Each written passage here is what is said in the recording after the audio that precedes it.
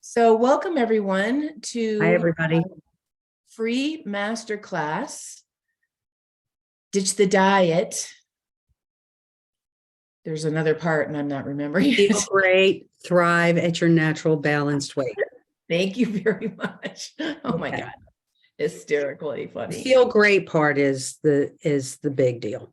That's right. That's right. And we're going to start we're going to start sharing our screen. You're not going to see us anymore, but we'll come back to answer questions in a moment. And again, there we go. Oh, it does show us. Good. So, ditch the diet, feel great.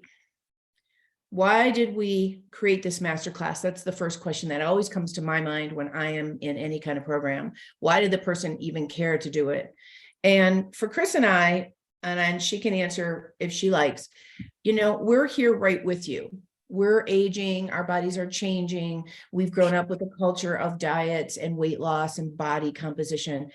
And we really care about our health span. We care a lot about our health span and our vitality as we age, rather than always finding the perfect diet. I don't know about you, but that's what we live with in this culture. There's always the next perfect diet right around the corner. And Chris and I could turn this entire masterclass into talking about all the diets and why they're not ideal. But we've decided to focus on something just a little bit different. Thrive at your natural balanced weight. And what does that even mean? In my opinion, we all have a natural set point, a natural place where our body wants to stabilize. And this isn't based on even foods that you eat or anything you do. It has to do with your metabolism and your age and all the things that are going on with you and your whatever season of life. So how do we find that natural balanced weight? How do we get out of the way and let our body do what it wants to do? Well, and the word diet actually it is taken from a Greek word, and I'm not going to be able to say it right. Dieta, I think, is how it's said, and that means way of life, which really lines up with what Ayurveda teaches us, which is to sync ourselves to the circadian rhythms and really be able to tap into going with the flow, as I was saying earlier, really being able to, look at what's out there, what season of life you're in, what season of the year are you in, what is your individual makeup, what things feed you well, what things deplete you. And that's how we look at this a little bit differently. They call it dinacharya in Ayurveda. It depends to the day. So it's not just what you eat, it's how you eat, when you eat. There's just and how do you structure the other things into your day, which Sue and I are going to, be talking about as we move through this presentation. So we don't believe that diet is it's a restrictive way of eating. It becomes more of how do you really feed yourself well so that you can thrive. Another way of looking at it is it's your lifestyle. It encompasses all the things that you do day to day, the people you talk to, like Chris said, the way you eat. It's not only food. And we get a little bit caught up in the perfect food and the perfect way to eat and timing of eating. And we lose a big essence of how our body can actually reset itself. So that's the kind of the focus here. And if you have specific questions around diet or what you've been doing or any of those things, please write them down. We will talk about them at the end. So the first thing that we believe is that you take a pause and ask yourself, where are you right now? And you might even write this down. How do you feel? And how do you want to feel? And the first thing that I want to mention about this is you are not broken. We are not broken. There is nothing in us to fix. Our bodies are these wonderful designs that adapt and compensate and move through life based on what we do. And so we are sort of the drivers of whatever. And sometimes we have issues, like earlier we were talking about COVID and how it can affect us, and then we have to repivot. Yes, those kinds of things can happen, but the body's always trying to reset itself if we just kind of get out of the way a little bit. So with these 3 questions, we want to raise your state of awareness to whatever your current situation is and move through this process with what we would call in yoga loving kindness and compassion, and take away that guilt and shame and drive to be whatever perfect size or whatever perfect weight. And that's the problem with the diet culture. What Chris and I see is when we bring this topic up, women do one of 2 things. They either completely ignore it. I mean, I had a woman almost yell at me about writing something about diets and weight because of her own journey, or they're obsessive about it. And there doesn't seem to be this like really gentle, easy balance around it. So where are you right now? What are you feeling? And use feeling words. How do you want to feel? And is that a match? Is how you're feeling and where you want to feel or how you want to feel the same? Because if they're not, that's where the imbalance shows up. So Chris, do you want to talk about the constitution part? Well, that's the one thing about Ayurveda, and I know that some of the people on the call are familiar with it, is just that we look at everybody as an individual. So what works for me doesn't work for Sue, and vice versa. We have totally different, not totally different, but she has a little more fire than I do. I have a little more air than she does.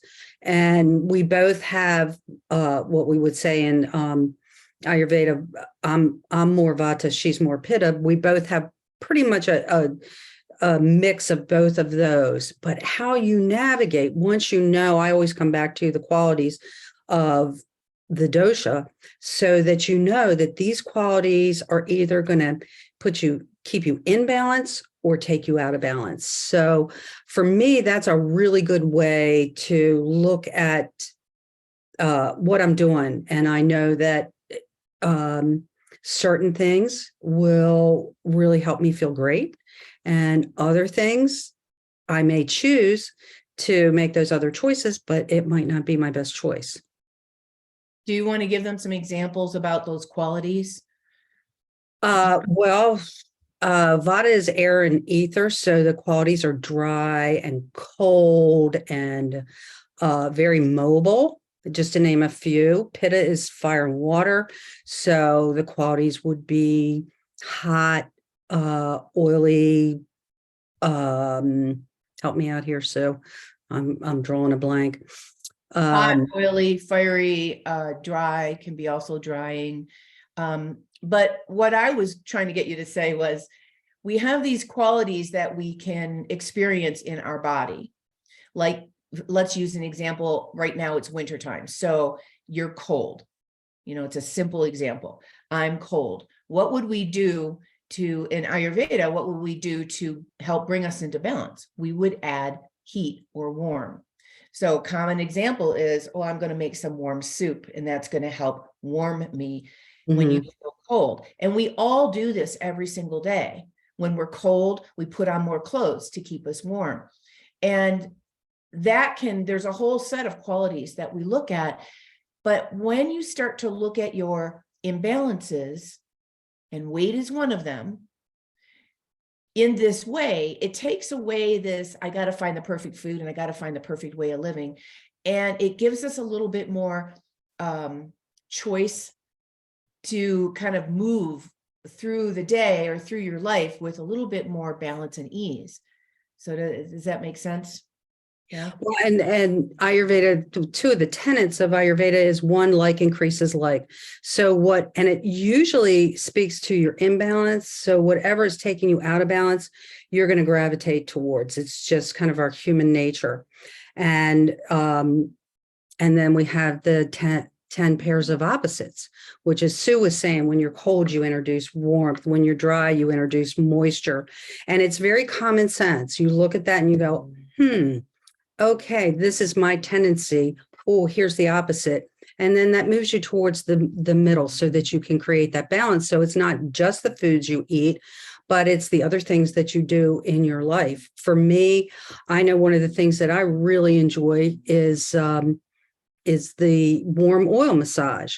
So when especially in the colder weather, I'll use a heavier oil, and it just helps me feel a kind of a sense of touch and love. And it's very soothing and nurturing to me. Whereas Sue would say, it's too hot. I can't do it. If she feels a little, and I'm speaking for her, but I think I think this is true. If she's having issues with sleep, instead of doing a whole body massage, she may just oil her feet, because the rest of it's going to make her feel hot and cranky. So again, we're different. So things that the feed and nurture me might not feed and nurture her. And along the same line, when we're trying to look at balance, and when we're daring ourselves to use the word diet, because it's a real trigger word for especially women. And when we can take this idea of how much we weigh, the number on the scale, even the size of our body, and we can look at it as an imbalance. What are some of the imbalances that are going on in our body? Do we feel sluggish? Do we have bloating or gas? Do we have symptoms of dis-ease?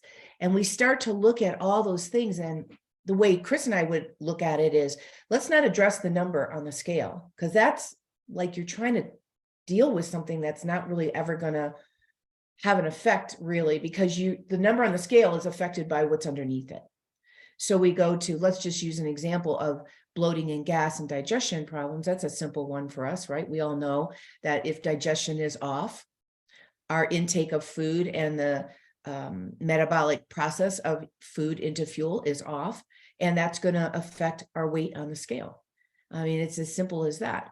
So we look, just like all holistic medicine, we don't look at the symptom. We don't take the aspirin for the headache. We ask ourselves, why do we have a headache? Chris just did this earlier. She hadn't had a lot of water and she was starting to get a headache. She's like, oh, I got to drink some water. Culture would tell you to go take an aspirin. And just the water that you use to take the aspirin, which probably helps more than the aspirin itself. So you start to like reframe the thinking, and it's, everybody has it. Every single woman on the planet has it. This whole idea of, diet culture, how much our body weighs, what do we look like? And then as we age, things start to shift, as Chris and I both have mentioned before. So when you start with your mindset and we bring up our awareness around that consciousness, then we go to this next point, habits and choices.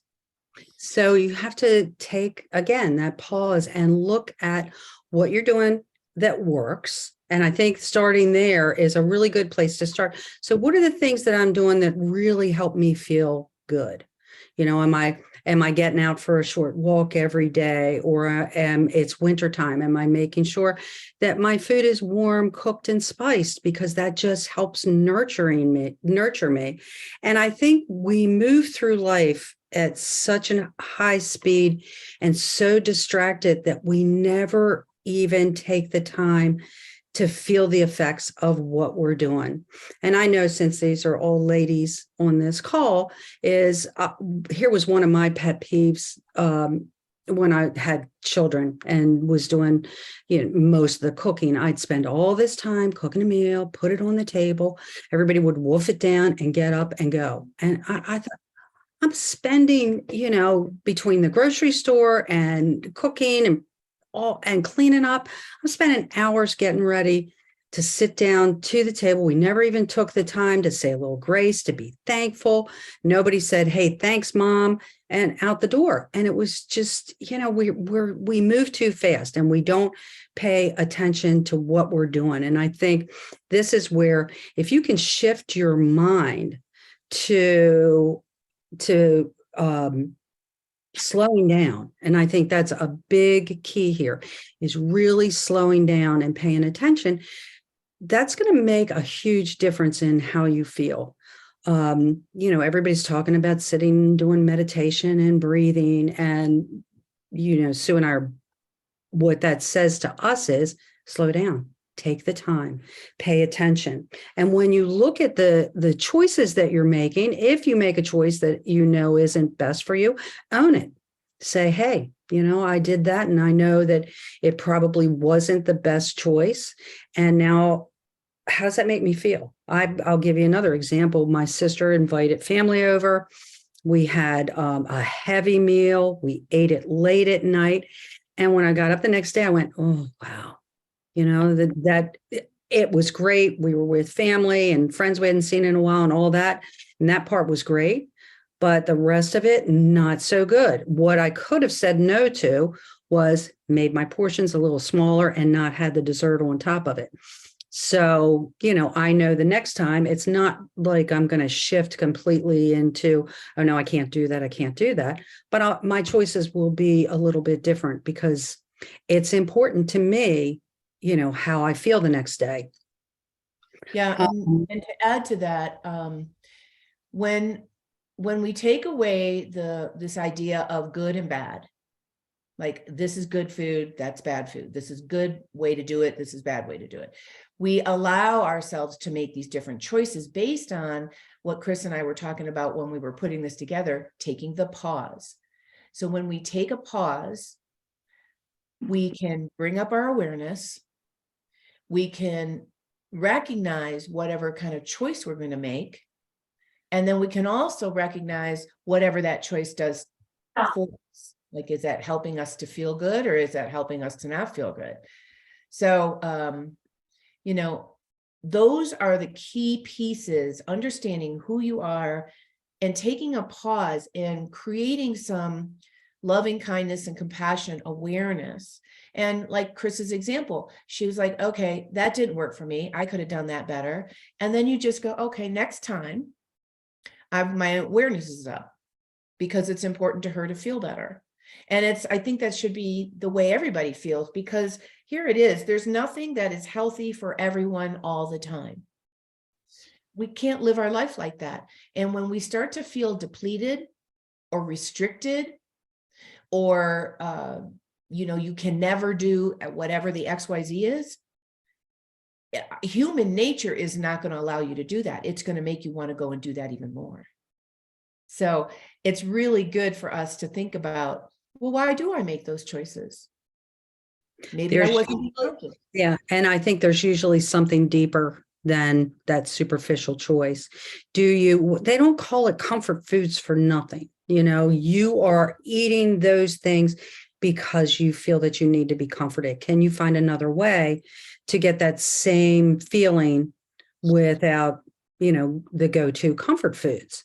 Which once in a while, maybe it is the go-to comfort foods, but there's probably other things out there that you can do for yourself that are going to also help you feel better. Right. And if we think about what the word daita or daiti means, that lifestyle, a way of life, we're not just talking about food. We're talking about a lifestyle. What are we doing day to day? What are we doing as far as, like, I'll use myself as an example. My movement pattern tendency is to do really hard every day and not let myself have the rest. Well, that hasn't done me very, very good. Now that I'm older, my body is starting to say, no, stop doing that. So now I brought myself down, and, I've had to work on it. It isn't an easy thing for me. The other thing that my habit always was didn't eat, because I grew up in the fitness culture where, you could eat a little bit all day long. And we know now that's not accurate. And it sets us up for really long-term consequences. So I was just going to say it's those small shifts. It's those little choices that you make over time to start to turn you in another, if where you're going is not where you feel like you need to be going, the little shifts that are going to start to change your path. And it doesn't have to, it's, that do everything at once does not work. It's too overwhelming. It's too easy to fall back into default. Right. And I was listening to a doctor of physiology yesterday, and she's a specialist in women's health and women's fitness, and doing lots of research on women. And she has tagged the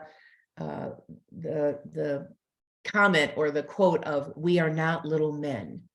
And all of the research that's been done on health and fitness and numbers and all kinds of things have all been done on men. So now all the research is coming out. And one of the things she said, look, the interviewer asked her, like, what is the biggest problem you see with women when they're they're concerned about their weight? They don't eat and they over-exercise. And she had this huge thing, physiology-wise, chemistry-wise, about why that does not work. And especially does not work with postmenopausal or menopausal women. It absolutely does not work. And I don't know if you've ever done this, but when I've taken a couple of days off, my body feels better. Not just I'm not in pain. I don't have those kind of symptoms, but my digestion is better. My focus is better. I don't feel bloaty in my clothes, those kinds of things. And I'm like, oh, it's the rest. And I know this from my years of fitness. Like, it's not during the workout that you get stronger, it's during the rest. And so why are we not doing that with everything else? I don't quite understand. So one of the things we want to say, and this goes back to habits and choices, are you planting seeds? This is our new favorite line. Do you have a growth mindset? Do you have a positive mindset? Are you thinking about whatever those choices are, how you can maybe change your choices to move more towards this planting seeds idea? Like, oh, I learned something, and now I'm going to move into this next phase or this next day a little different. That's actually a really healthy way to live your life, whether you make what I'll say a good choice or a bad choice. So if you're trying to lose weight, let's just use that as an example and not be afraid to say it. If you eat the piece of dessert, like Chris said she did, the night before, that's not going to move her towards whatever that goal is. So, but rather than being all mad about it, she can just go, oh, I wonder why I made that decision. And, this is a different masterclass, but I go into why do you make your decisions? Because that's more a deeper understanding. We keep making the same decisions over and over and over again. And Chris and I have both talked about this being an unconscious pattern. We go into default mode. So that's part of that, bringing the awareness up. If you're just kind of cruising through your life and doing your thing and not really paying much attention, you will go into whatever your default mode is. And it could be like Chris, overeating, or it could be like me, not eating enough. So it's really up to us to decide how we're going to move through all these different decisions and choices. So in this same idea, are you growing weeds? And I think, again, it's that default mode is when you're going through things unconsciously. Falling into default mode is really easy. And, we all have these negative impressions. You look at your body and you go, oh, geez. Ooh. And the negative self-talk, we talk to ourselves worse than, for most of us, worse than we would talk to even somebody that we didn't like. So, being able to step back and say, why am I so, why do I do that? Can I again make that small shift and start to think positively instead of beating yourself up for what a choice you made that really wasn't moving you in that right direction, taking the pause and saying, hey, how next time, how can I do this differently? Or like Sue said, what's underneath that? Because another thing that we learned in Ayurvedic school was all dis-ease begins in the mind. So that's something that starts up here that then reflects in the choices that you make. And we also live in a society of too much. We talk about this, there's just too muchness.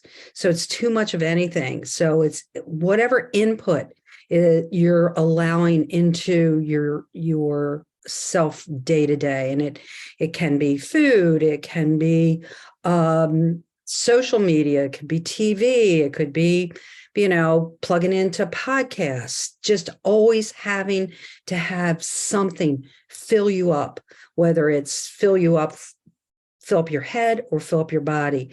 What are you escaping from? What do you not want to look at? And I think if you can get underneath some of this stuff, it really gives you the opportunity to say, hey, I'm ready. I'm going to make some different choices here because, as we said in the very beginning, we want to increase our health span because we can live to 90, but if the last 20 years are terrible, who wants to do that? So let's really look at what we can do to make whatever time we have on this earth really productive and satisfying and full of vitality, no matter what age we are, because as older women, we've got a lot of wisdom, and isn't it nice to have that opportunity to be able to share it? Wisdom and life experience. And we know what we've done before, whether it worked or not. We're not 20 years old trying all the things. So some things to think about when you're doing this idea of planting seeds or growing weeds in relationship to your personal self is, what are your beliefs around your body and your weight? That's a really big one. And if you are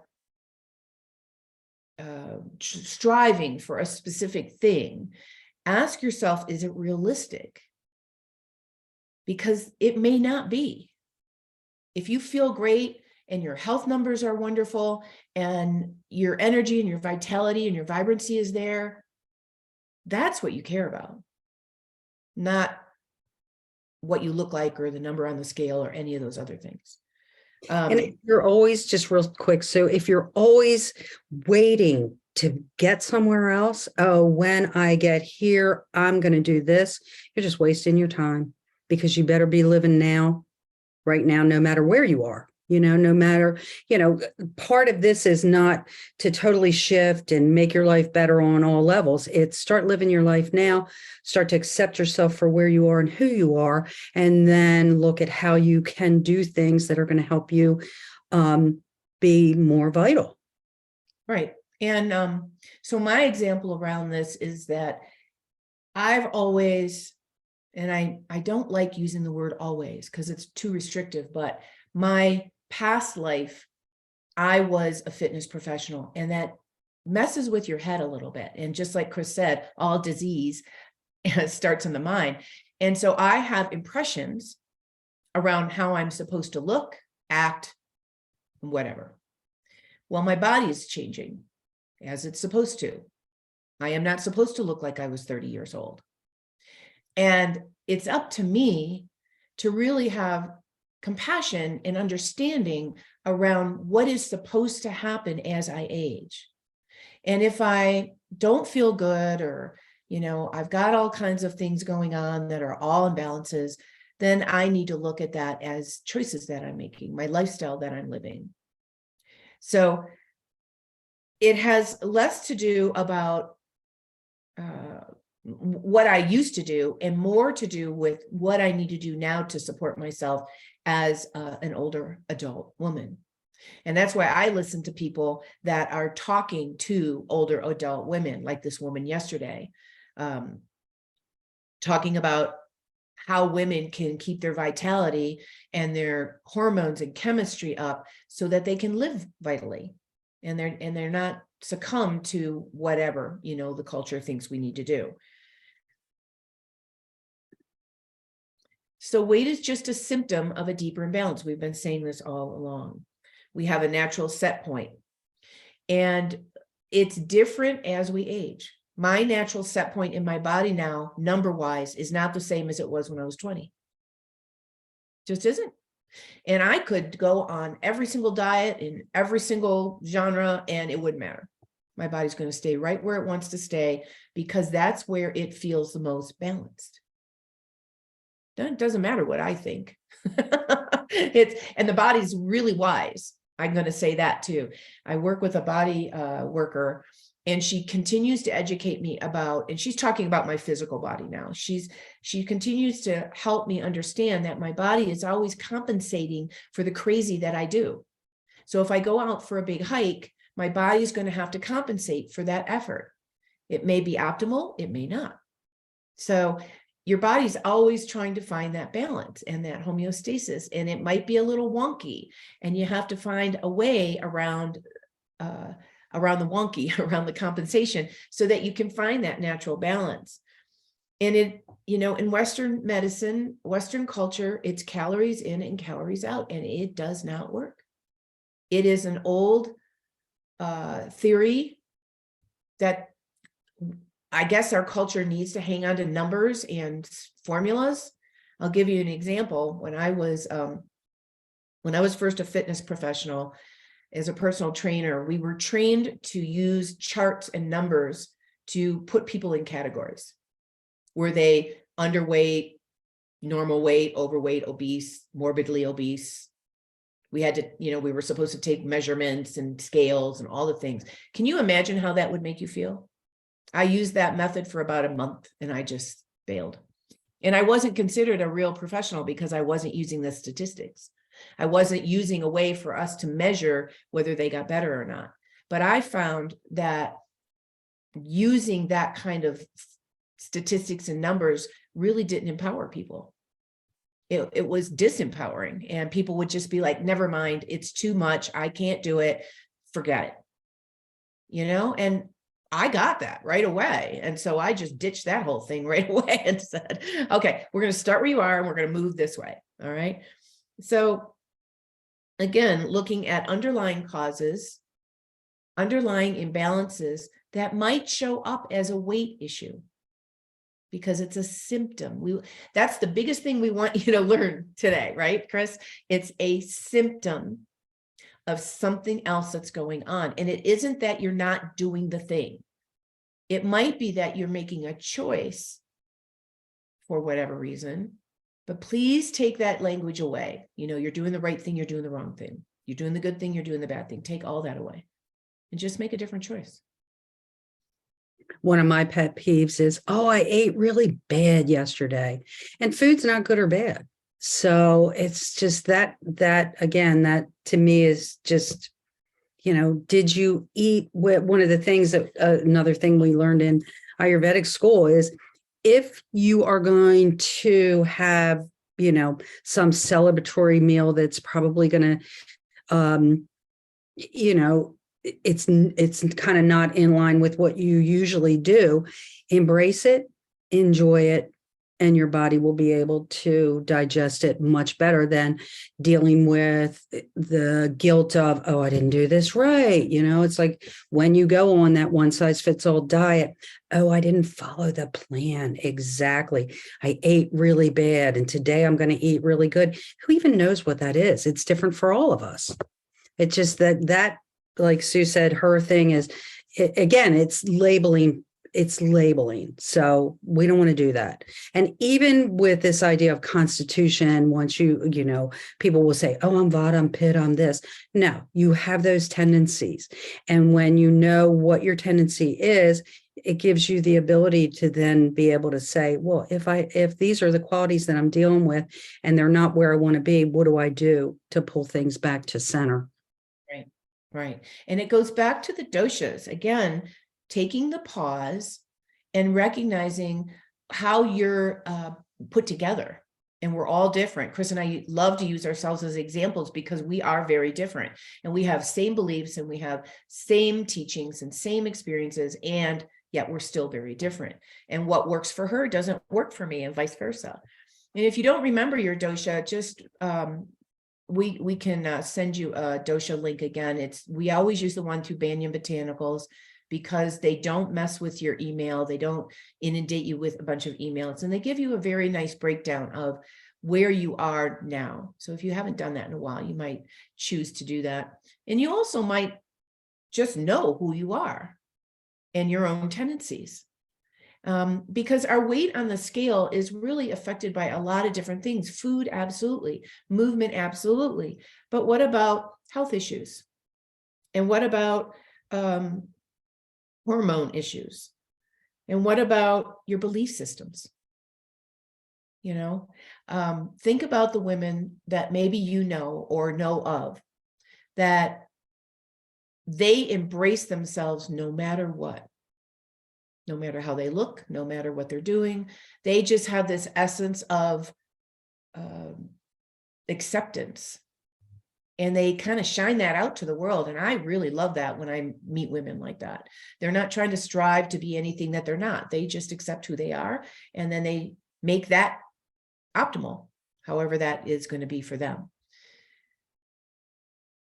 So here are 3, and these are simple suggestions. You've heard them from us before, but these are simple suggestions for us to start to move the needle. And this works for everybody. The reason that I like this first thing with food is because it sets you up for really feeling better the next day. So, and it's not, which I tended to be eating a later, heavier dinner. But if you can start to tick that back maybe 15 minutes earlier, and then, depending on what time it is, basically what you want to do is give yourself at least 3 hours before sleep to be able to digest your meal so that you can have a really good night's sleep, because that's going to set you up for a really good next day. And we haven't said too much about sleep, but everybody knows how important that is. And if you're trying to sleep on a really heavy meal, it's going to definitely, instead of your body going into its natural clean out stage, it's going to be digesting your dinner. And as we know, following this idea of living in rhythm with what's going on with the light and dark cycle, the bigger meal should be more towards the middle of the day, a lighter meal at night, because your digestive capacity isn't up to the task of digesting a really heavy meal. So it just makes a lot of sense. And it gives you that time. We know that intermittent fasting is a big deal.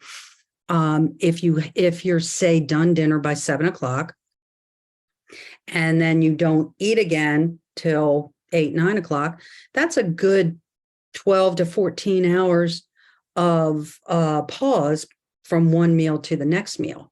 So instead of getting into this, well, I'm on an 8-hour eating schedule, so I have 16 hours of not eating, that might not work for you. That might not be really where you want to be. And I think for us, especially as older women, that's probably not the optimal choice. So giving yourself that basic, rest time, giving your digestion a chance to do what it's supposed to do in the rhythm that it's supposed to do it, is just a really good way. I know Sue's chomping at the bit to say something. I can see you. To just, naturally do this, what we learned it as meal spacing, space between your 2 to 3 meals a day, and then space from the last meal to the meal of the next day. Right. Well, and the only thing I wanted to add to that is this doctor that I listened to recently, she talked about this, especially with women that were perimenopause and beyond. She said it does not work. Intermittent fasting is designed for certain things, and those certain things are great, and it can help a lot of people, but it is not supposed to be lifelong, and B, it's to help you reset your system. This is what they do with diabetes patients and people with metabolic syndromes. They help reset the system. They don't just keep doing it forever and ever and ever. So again, intermittent fasting, because Chris brought it up, is one of those new diet trends. And it's going to fade out because it's not going to work. And people are going to get frustrated, and then they're going to go on to the next thing. There's not one thing that works for everyone. And if you follow this idea of we are all part of nature, every molecule, every cell in our body is part of nature that's out there, and we work with this natural cycle, we're going to have better balance. And every once in a while, you might stay up late, or every once in a while, you might eat something heavy, or whatever you do. But as a general rule, you follow these general guidelines that we like to talk about, where, you eat this lighter, earlier dinner to help your body sleep and set up for the day to come. And that just propels this sort of positive cycle. Yeah. And the other things that we want to do is move our body every day. It doesn't have to be hard. One of the best things that I think works really well is a 20-minute walk if you can fit it in after you've eaten, and that's a little weather dependent. But again, if you tend to eat a heavier meal in the evening, then get out and walk for 20 minutes. It's going to really help your body digest better. And just to get your body moving. We know how important that is. Sue could talk about that ad nauseum, couldn't you? We just know that it's good. You want to, it doesn't have to be some big, crazy workout, but just get your body moving. And then hydration, really also important. And the lemon water first thing in the morning, that really helps to, it kind of helps you move out whatever the toxicity from the day before. You can, it's good for your immunity. It kind of brings that acid alkaline into balance. It starts you hydrating your body. And I know it's one of the things Sue said she kind of let go and that she's reintroducing. And I know for me personally, when I am well hydrated, my body just moves better. It just works better. Yeah, we were recently together, and I was almost a little resistant. Like, she's doing the lemon water and she'd leave me a piece of lemon. I'm like, I'm not doing that. I'm just going to drink my tea. What is that about? Like, it's such a simple thing. And I was like, I'm not doing it. And then I came home and I was like, okay, that's really kind of dumb. I can totally do that.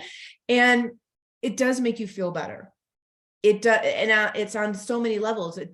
It's hard to even identify a lot of times. And the suggestions that we're making for this free masterclass, the reason we chose them is they work for everybody. They have a big bang for their buck, and little tiny things that you do every day, this little 1% that you might shift every single day, will actually make a big impact moving forward. So that's really a big message. You don't have to do all or nothing, that every little shift you make, no matter what you're doing, will have an impact moving forward. Positive builds positive. Like attracts like, right? So if you're on this negative cycle of like, I don't like this, and I'm going to eat anyway, and I'm just not going to do anything, like me with my lemon water, that's just a negative cycle. We want to plant seeds. So we want to flip it into a positive cycle. And it is important that we take a moment to recognize what might be going on in our mindset to bring it all the way back to that. Because women will be like, they'll throw the baby out with the bathwater. They're just like, it's not going to matter, and I'm not going to do it, and I'm going to go out with my friend, and I'm going to do all the things. So that's up here. And I think when you balance this idea of, I'll go back to you're not broken. You don't have anything to fix. You're just trying to make your life more optimal, for your body to function more optimally. There's nothing wrong with that. We all are doing that. Every single person in the planet is doing that in their own way. So please, I hope that, the message that we're giving you is got some empowerment to it, and some freedom away from the diet and the diet culture so that you can start to make your own choices. I love this. I don't even know where I saw it, but I saved it. And it really spoke to me because how often do we say to ourselves, oh, again, I can't wait till I get to this certain place. Befriend your body. First be thankful for the fact that it's gotten you to where you are now. I'm 70 and I'm like, thank you. I'm still here. I can still move fairly well. I'm grateful. And, it's just when we become who we're supposed to be, or I'm sorry, when we befriend who we are, then that again is so empowering. So when your body's natural strength and weaknesses are balanced through diet and lifestyle, so, not diet as in diet culture, but this way of life, this lifestyle, you will feel more energy and be more motivated. And then your body really begins to shift to its natural shape and size. So I think it really starts with this idea of, as Sue's been saying, you're not broken, love who you are, and move from there. Our body has really been saying, I've been waiting my whole life for this. So embrace yourself. Mm-hmm. All right. So what's next? We wanted to bring up 2 programs that are related to this that you might think about joining. The first one is coming up February 11th through March 4th. And some of you might have participated last year, the Power of Muscle. Why do we think this is related? Because as Chris said, I can talk about fitness ad nauseum, movement ad nauseum. But as this doctor said yesterday, movement and exercise, specifically with muscle building, can help every single woman, no matter their season of life. It doesn't matter. And that doesn't mean that you have to pick up something that's too heavy and hurt yourself, because we do have different physiology. We are not little men. And what we need in our bodies at our season of life will be different than, a younger woman or a man or anything else. So I put this program together to help educate women about muscle, what it does, why you want to build it, and then safely how you can build it. If you took it before, I've made a couple of changes. One is that I took a 4-week program and condensed it to 3 because we're all busy and I know it's hard. And it doesn't mean that you're not going to have good information. I've just made it a little bit more organized. And I have added in the price of the program 6 weeks of workout sessions. So after the 3 weeks is over, we'll just continue for 6 more weeks and we'll do a little strength training workout together. All of it will be recorded. All of it will be available in your library. So if you can't make a class, you're always welcome to go in and listen to the education and do the workout. So that's coming up February 11th. I'm going to send the information out later today for registration. And the next one is our annual spring cleanse. So I wrote down my 5 top reasons for doing the cleanse. And first and foremost is to clean up my digestive system, because, if we are these vehicles for life, and I like that analogy, you don't just keep running your car till it dies. You go in for tune-ups periodically, and this whole idea of living in rhythm with the seasons. The spring and the fall are the optimal times to make those shifts towards,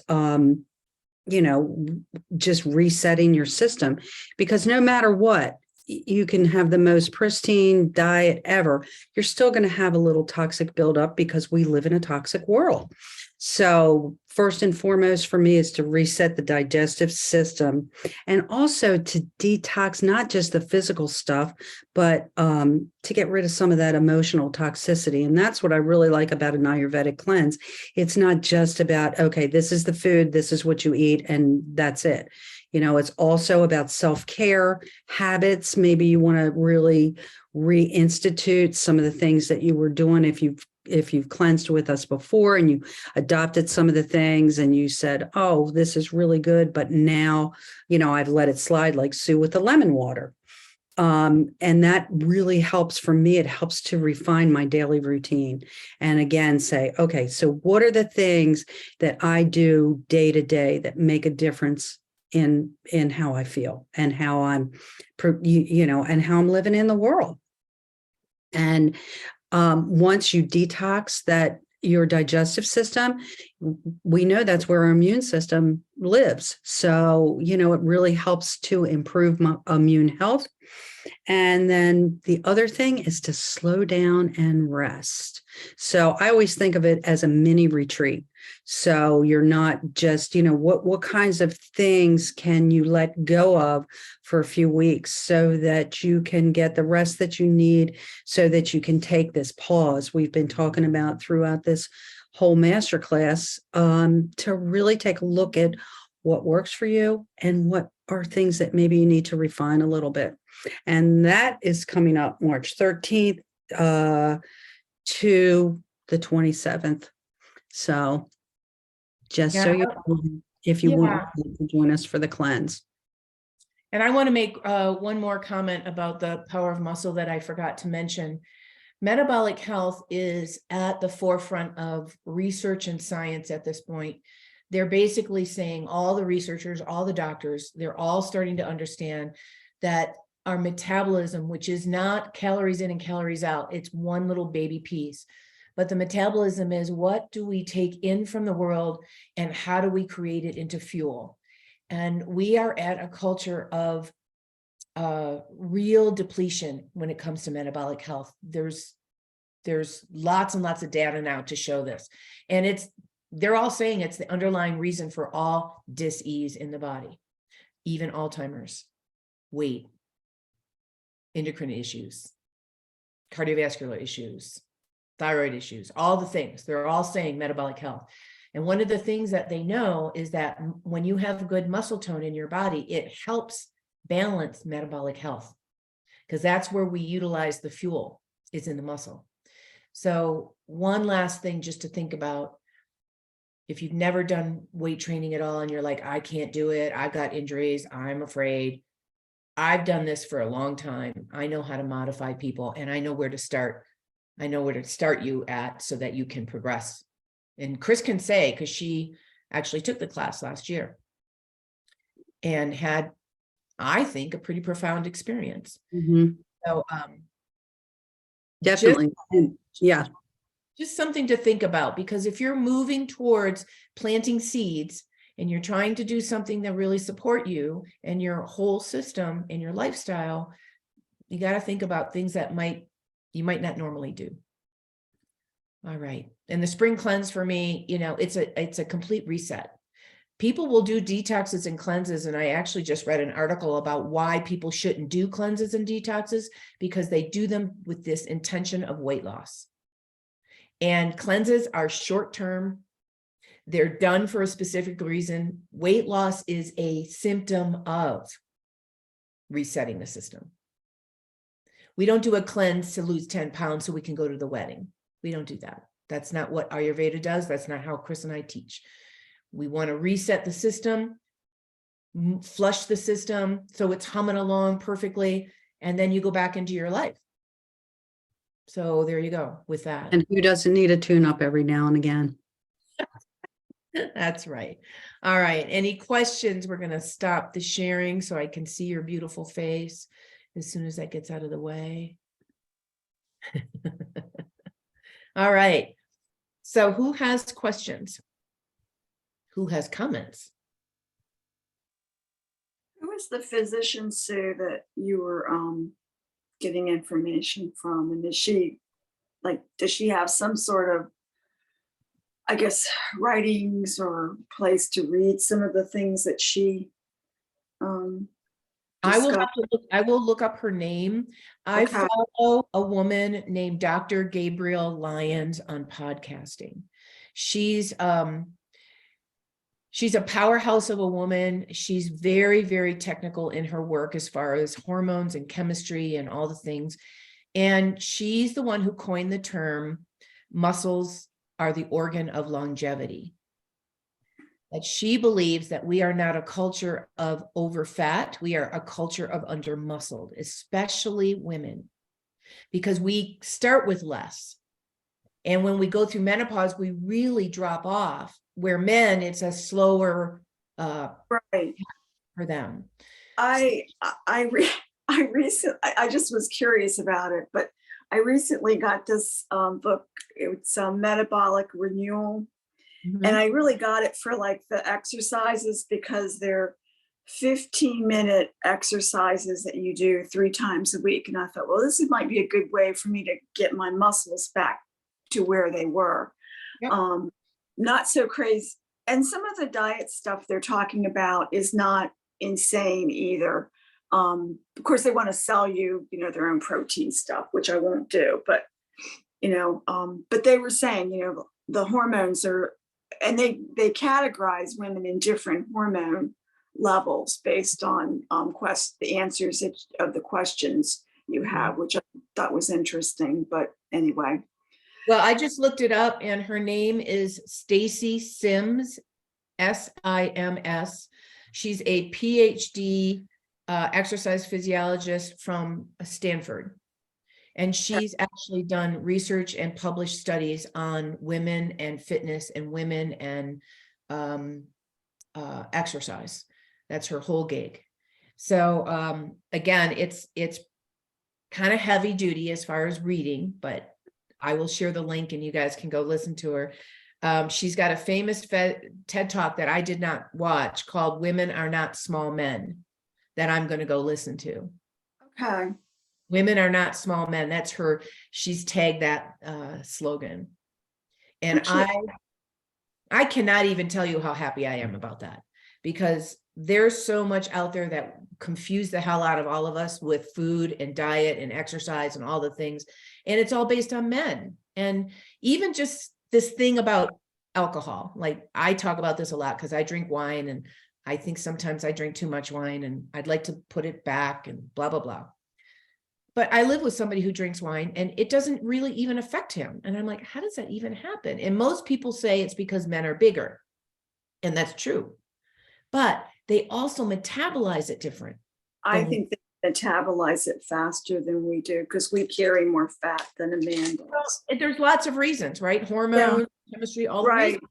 So most doctors that talk with us about women's health as we age, they really talk to you about alcohol and substances because we absorb it more than they do. So they can go out and do the party and it doesn't really affect them, and we can't really do that, especially as we get older. I have learned now, since I'm in my 60s, that if I'm going to have a glass of wine, it has to be one, because if I do more than that, it affects my whole sleep, and my pulse rate's it's going sky high, up in the 70s when it should be down in the low 60s to 50s. So yeah, and I didn't have that problem before, but now I do. So it's probably just as well because it's got a lot of sugar in it. So it looks like we might have lost Billy. I don't see her anymore. So Sue or Ellen, Mary Sue, do you have any comments or questions that we can answer for you? Oh, You're on mute. you have to unmute yourself, hon. Okay.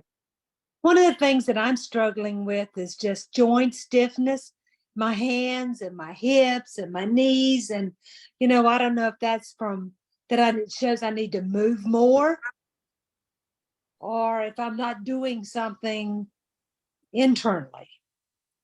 So that's one of the things I'm challenged with. Chris, do you want to take that one? I think it's probably a combination, movement and are you feeding your inflammation? That a lot of times will show up as joint pain. If that's your tendency, as we get older, we do tend more, and especially depending on how those qualities of nature, like as I was saying before, I tend to have a little more of that air and space quality in my nature, and that tends towards coldness and dryness. I know things like yin, really good for your joints. Simple joint movement to just keep things moving and well lubricated. Anti-inflammatory diet, so really look at the things. Sugar is a big one that will really drive up the inflammation. And I can tell, and Sue and I have this conversation a lot. If I've had a little too much sugar, it really affects me the next day. And then I'm like, not good. Lymphatic system, keeping the lymphatic system flowing, also really important to How do you do? that stuff. How do you do that? Dry brushing is one of the easiest, best things to do for the lymph system. Anything, even simple movements like holding your hand up and pumping, those kinds of things, rolling the joints. I had to, when Sue and I did our 20-minute practices, this whole thing, and it's just a series of from your feet all the way up to your head, hitting every joint in the body and just simple things that, moving to keep the joints lubricated, because as we age, we get drier. That's just a common thing. Oil massage, also a really good thing. So there are things that you can do. I think too much movement is probably not a good thing, because that happen. So I just have a quick aside about that. The lymph glands, along with all the energy cross points, live around the joints. Most of our lymph glands are around joints, shoulders, clavicles, neck, groin, knees. And so you just imagine that what comes first, the chicken or the egg? Does the joint hurt because it's the joint, or is the energy points and the lymph glands clogged? So any kind of, like what she was saying, joint movement, dry brushing, which you guys have heard us talk about before. You take a dry brush and you move up towards the heart always. Any kind of gentle movement that you can do.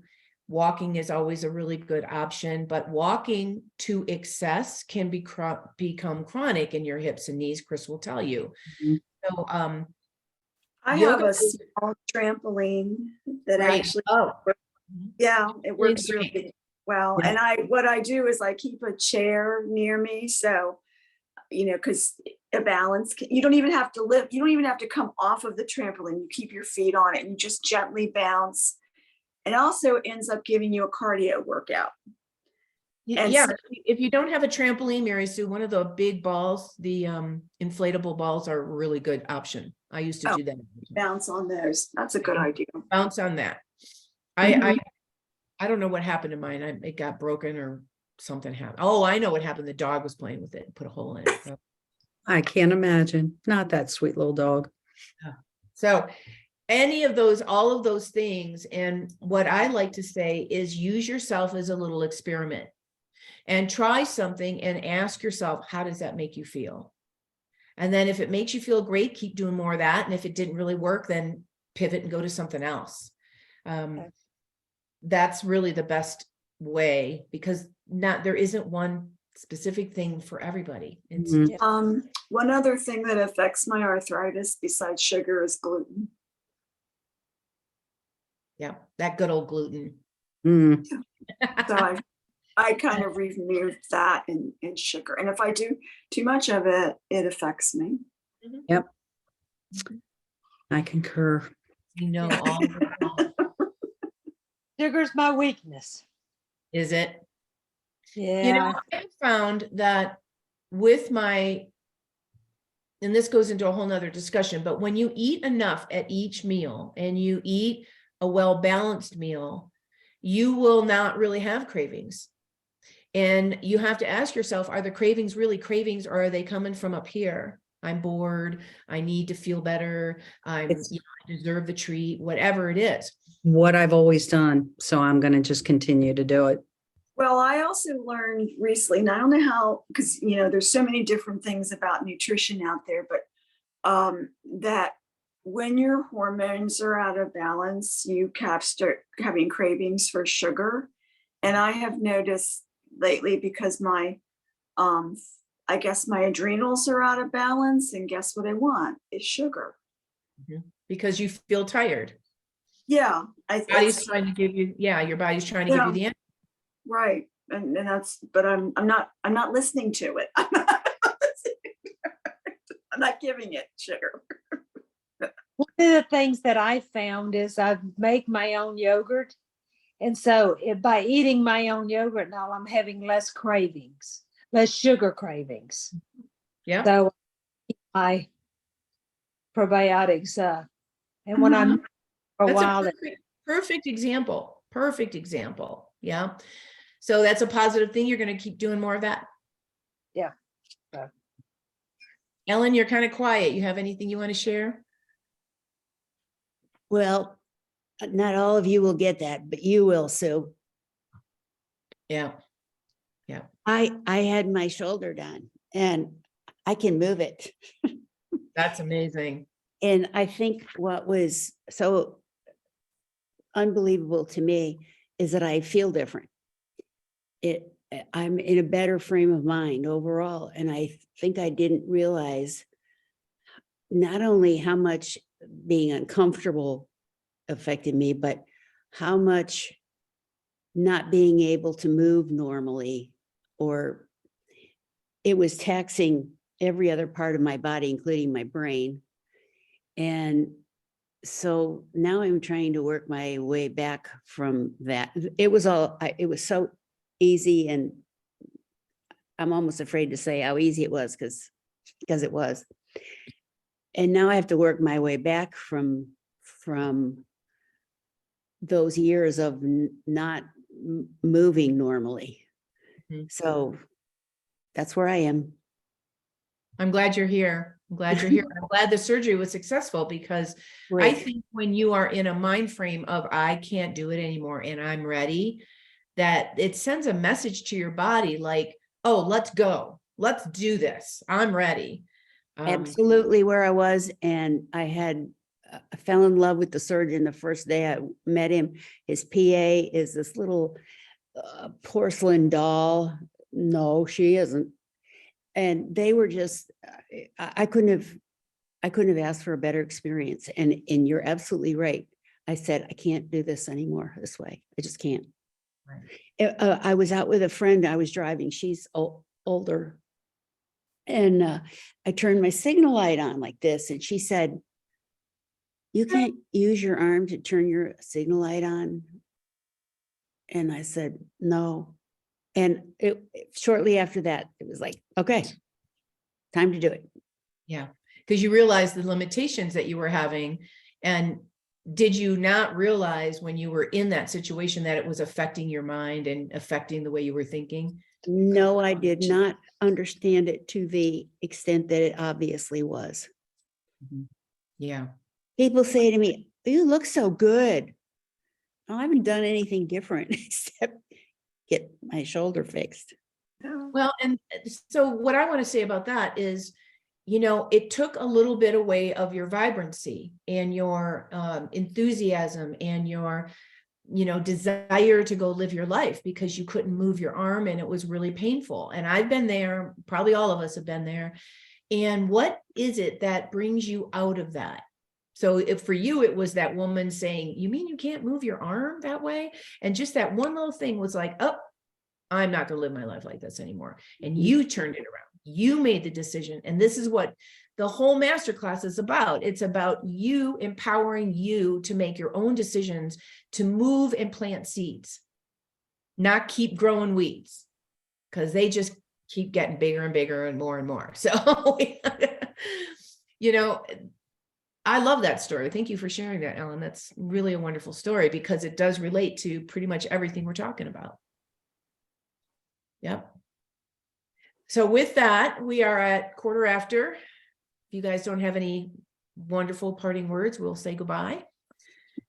Watch for us in the email. thank you. Great to see you all. And we'll All right, see take care. you hopefully somewhere. Take care, everyone.